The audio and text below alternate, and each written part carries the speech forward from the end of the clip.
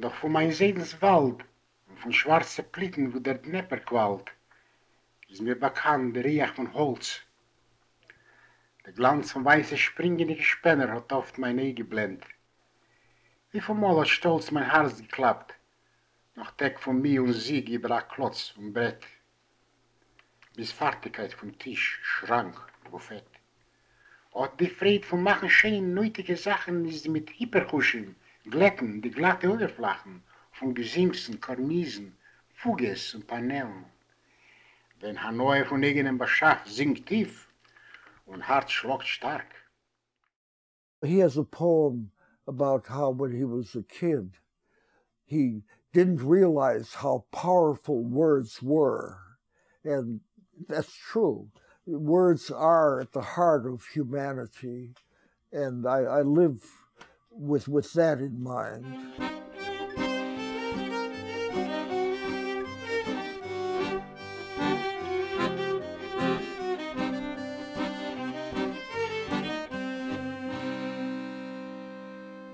He was a nature poet.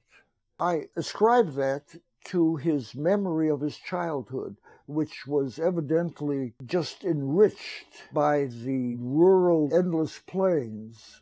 He was born in a shtetl, part of Chernigov, which is alongside the river Desna. I don't have a good picture of the shtetl, but I have a vivid idea of what their home was like.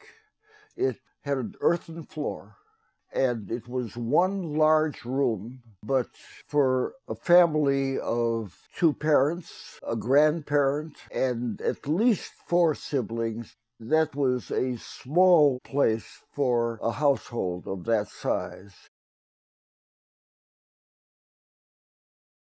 His mother came to him, and she said to him, "Orchid, I can't feed all of you. I'm going to have to send you off to work." And my father had no choice. So she sent him to be an apprentice to a Schneider, a tailor. And my father had just one item to take with him, a kishela, a little cushion for him to sleep on. So when he arrived at the tailor shop, they immediately set about teaching him. The tailor was very unhappy because my father was left-handed.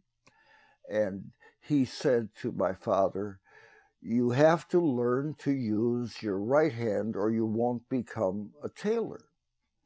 So what he did, he took thread and tied his left hand up so that he couldn't open the hand, and he was forced to use his right hand.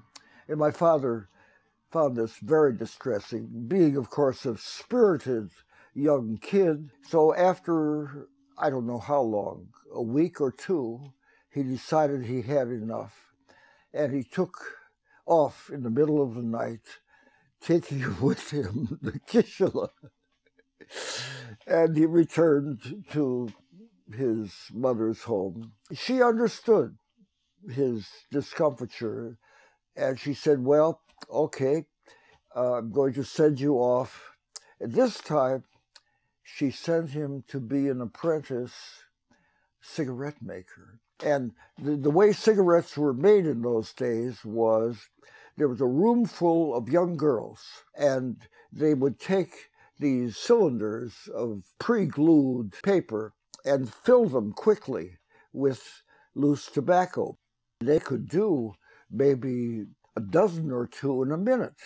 In the course of doing that, a lot of tobacco got spread onto the floor, and my father's job was, first of all, to get up early and start the fire in the fireplace, and then to do errands and to sweep the floor of the tobacco, which he called mahorka, and it was very, very potent.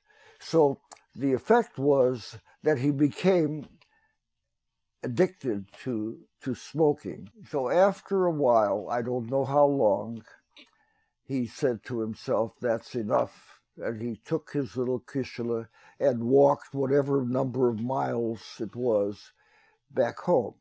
This time, his mother was not so very welcoming.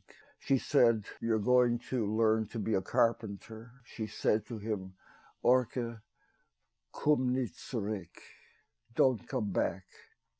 So with that, off he went to become a carpenter, which was the vocation that he had to live with the rest of his life.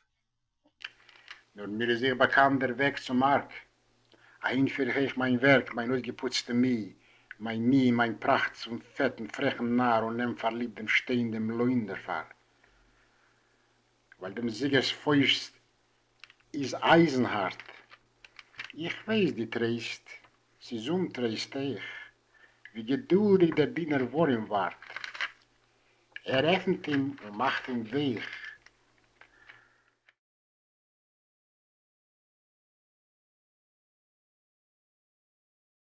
He finished the apprenticeship and returned home, at which point he discovered his family had arranged to send him to the United States. There was a carriage ride to the train, and then the train all across the continent to Antwerp, Belgium. So it was a long journey.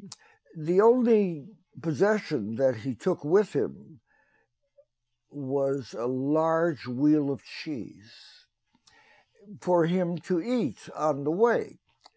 But it became his one way of having a connection with his home. So he didn't eat it.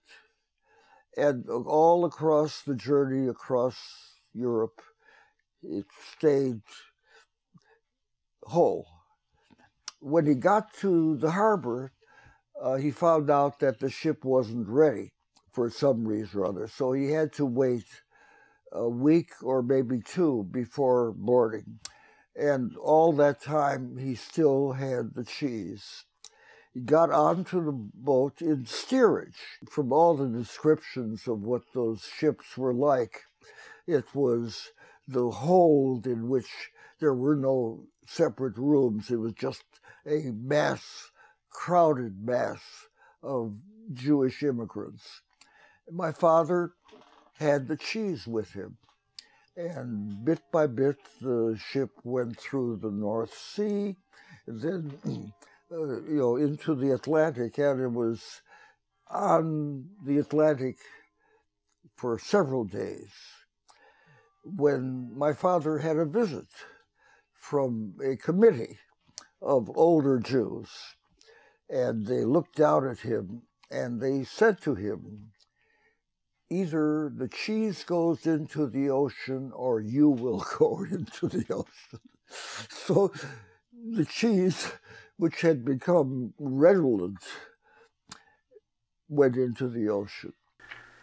Nur wenn der Tag vergeht, in Numet und in Stillkeit, wie mein Leben die proste arme Menschen, und mich nimmt die breiter Abenteuer, wie ein Fels dem Jam, und wehren sich kann ich nicht. Wenn heiße Wörter brennen auf mein Gummen und sagen, sie kenn ich nicht.